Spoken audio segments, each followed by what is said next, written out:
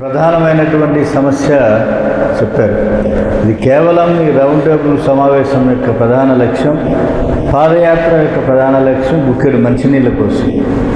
కృష్ణానది పరివాహక ప్రాంతంలో ఉన్నటువంటి మనకు కృష్ణా జలాల సరఫరా లేదు. సాగునీరు అయితే ఉన్నది, కానీ తాగునీరు లేదు. జియోగ్రాఫికల్ డిపార్ట్మెంట్ సర్వే చేస్తే తిరువూరు నియోజకవర్గంలో అత్యధిక గ్రామాలు సిలికాన్ ఫ్లోరైడ్ తోటి వాటర్ కలుషితమైపోయిందని చెప్పేసి రిపోర్ట్స్ వస్తున్నాయి. చాలా ప్రభుత్వాలు మారినాయి. కాంగ్రెస్ పార్టీ పరిపాలించింది, తెలుగుదేశం పార్టీ పరిపాలించింది, వైఎస్ఆర్ కాంగ్రెస్ పార్టీ పరిపాలించింది. కానీ రిపోర్ట్స్ని బహిర్గతం చేయటం లేదు. రిపోర్ట్స్ని బహిర్గతం చేస్తుంటే కొంత మెరుగైనటువంటి పరిస్థితి ఉండేది. చాలామంది తిరువూరు ప్రజలు అనుకుంటున్నారు మాకేమీ లేదని చెప్పేసి. నిన్నగాక మొన్న ఒక వారం రోజుల క్రితం మదిరి రోడ్లో కొత్తపల్లి ఇస్సాక్ అనేటువంటి ఒక కిడ్నీ వ్యాధి బాధితుడు మరణించాడు. తిరుపతి పట్టణమే, ఎక్కడో కాదు, తిరువూరు పట్టణమే. అలాగే ఇప్పుడు ఆ ఏకొండూరులో ఒక బాధితుడు, ఒక ఆయన మృతి చెందారు. పగిడమ్మ ఆవిడ ఇంటికి కూడా మేము వెళ్ళాం. రౌండ్ టేబుల్ సమావేశం ఉందని చెప్పి ఇటు వచ్చాము. సరే మన సోదరులు ధర్నా చేస్తున్నారని చెప్పేసి నాగేశ్వర రెడ్డి గారు చెప్తారు. సంతోషం. కాబట్టి కమ్యూనిస్టులుగా మేము సాధ్యమైనంత వరకు ప్రజల కోసం మా పోరాటాన్ని మేము కొనసాగిస్తూ ఉంటాం. ప్రజల కోసమే ఎన్నికలు ఉన్నాయా లేవా? కృష్ణ గారు చెప్పారు ఇందాక. నిజంగా కొత్తపల్లి ఇస్సాక్ చనిపోతే తిరువూరు నియోజక పట్టణంలో ఎన్నికలు కనుక ఉంటే రాజకీయ నాయకులే బంధువులు రాబంధువులాగా చుట్టూ ఉండేవాళ్ళు. ఒక్కరు కూడా ఆ కుటుంబాన్ని పరామర్శించారు కాంగ్రెస్. అలాగే మేము దీప్తి నగర్ తండాలో భూక్య జాను అని చెప్పేసి ఒక మహిళ చనిపోయింది. సర్పంచ్ వార్డు మెంబర్ ఆవిడ. ఆన్ ది స్పాట్ ఎస్టీ కాబట్టి, షెడ్యూల్ ట్రైబ్స్ కాబట్టి నేను అక్కడి నుంచే కలెక్టర్తో మాట్లాడి నష్టపరిహారం 10,000 రూపాయలు కూడా ప్రభుత్వం ట్రైబల్ సెక్షన్కి ఇవ్వాల్సినటువంటి 10,000 రూపాయలని స్పాట్లో ఇప్పించాం. అంతేకాకుండా సిపిఐగా మేము ఒక 5,000, ఆ గ్రామ సర్పంచ్ ఒక 5,000, అలాగే ఇంకొక టీడీపీ అయిన ఒక 5,000, అలాగే ఒక 20,000 రూపాయలు ప్లస్ 10,000 30,000 రూపాయలు చనిపోయిన కుటుంబానికి ఆర్థిక సహాయం. అంటే దీంతోనే సమస్య పరిష్కారం అవుతుందా? ఇవాళ ఎలా ఉందంటే మన జిల్లాలో, ఎన్టీఆర్ జిల్లాలో వర్ష వెంబడి ప్రమాదాలు జరుగుతున్నాయి. మీరు చూడండి, జగ్గపేట ఆల్ట్రాటెక్ సిమెంట్ 16 మంది బర్న్ అయిపోయారు, 5 చనిపోయారు.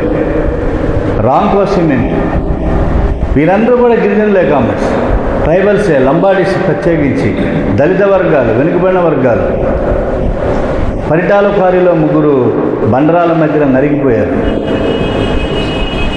సిద్ధార్థ నాయక్ అనేటువంటి 3.5 సంవత్సరాల బాలుడు వీటీపీఎస్ కూలింగ్ కెనాల్ కిలా రోడ్లో ఆ నీటిలో మునిగి చనిపోవటం జరిగింది. ఇక తిరువూరు నుంచి కొండపల్లి ఇబ్రహీంపట్నం వరకు కూడా ఇటు ఏకొండూరు, చీమలపాడు, గంపలగూడెం, హనుమల్లంక, తిరువూరు పట్టణం.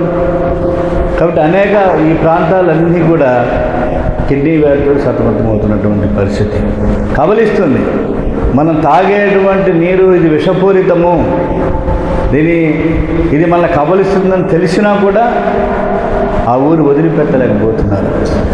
ఉన్న ఊరిలోనే ఊపిరిలో ఉన్నటువంటి పరిస్థితి మనం చూస్తున్నాం. కన్న ఊరి మీద ప్రేమ, కన్నతల్లి మీద ప్రేమ. వాడు చనిపోయినా కూడా నేను ఈ మట్టిలోనే కలిసిపోతానంటాడు.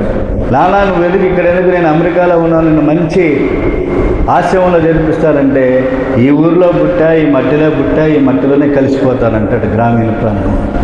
అటువంటి స్వభావం ఉన్నటువంటి ఇవాళ ఏకొండూరు పరిసర ప్రాంతాల్లో పెళ్లి సంబంధాలు ఇవ్వడానికి, పిల్లలు ఇవ్వడానికి ఎవరు ముందుకు రావట్లా. ఎందుకని?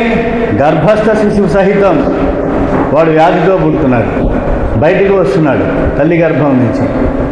ఫ్లోరైడ్, సిలికాన్ వాటర్, ఉమ్మ నీళ్ళు తాగి పెరిగినటువంటి శిశువు ఆరోగ్యంగా బయటకు వస్తాడు. కానీ తిరువూరు నియోజకవర్గంలో ఆ పరిస్థితి ఉందా అని చెప్పి నేను అడుగుతున్నా. ఈ ప్రభుత్వాన్ని, పాలకులను అడుగుతున్నా. మనం నెగ్గు తీయాలి. గర్భస్థ శిశువు సహితం ఫ్లోరైడ్ సిలికాన్ బాధితుడిగా భూమి మీదకి వస్తున్నటువంటి నేపథ్యంలో తిరువూరు నియోజకవర్గాన్ని సిలికాన్ ఫ్లోరైడ్ రహిత నియోజకవర్గంగా మార్చాలి. మరో ఉద్దానంలాగా ఏకొండూరు, చీమలపాడు, గంపలగూడెం, అనుగెల్లప, అనుమల్లంక, ఈ విస్సన్నపేట, తిరువూరు పట్టణం మారకుండా ప్రభుత్వం కాపాడాల్సిన బాధ్యత ఉంది. చాలామంది పెద్దలు పోరాటం చేశారు. చేయబట్టే ఏకొండూరులో ఒక డయాలసిస్ సెంటర్ వచ్చింది, తిరువూరులో ఒక డయాలసిస్ సెంటర్ వచ్చింది. కానీ క్వాలిఫైడ్ టెక్నీషియన్స్ లేరు, క్వాలిఫైడ్ డాక్టర్స్ లేరు. మా కృష్ణయ్య గారు ఇందా చెప్పినట్టుగా నేను ఏకొండూరులో చైతన్య నగర్ కాలనీ అలాగే తండాలు తిరిగినప్పుడు వాళ్ళ దగ్గర అన్నీ తీసుకుని హాస్పిటల్ ఫైల్ తీసుకుని ఆ డాక్టర్స్ ఫోన్ చేసి మాట్లాడాను. నిన్న కూడా doctor Sai Krishna, Sunrise Hospital, మేము ఈ కార్యక్రమం చేస్తున్నాం, మీ దగ్గర ఎంతమంది పేషెంట్స్ ఉన్నారు ఏకొండూరు మండలం వాళ్ళని చెప్పి లిస్టు తీసుకోవటం జరిగింది. వాక్కడి నుంచి ఫోన్ చేసి మాట్లాడటం జరిగింది. ఎవరైనా విజయవాడ వస్తే మమ్మల్ని కలవమని చెప్పాము, ఫోన్ నంబర్లు ఇచ్చాం పేషెంట్స్ని. ఎందుకని? పోషకాహారం ఉందా?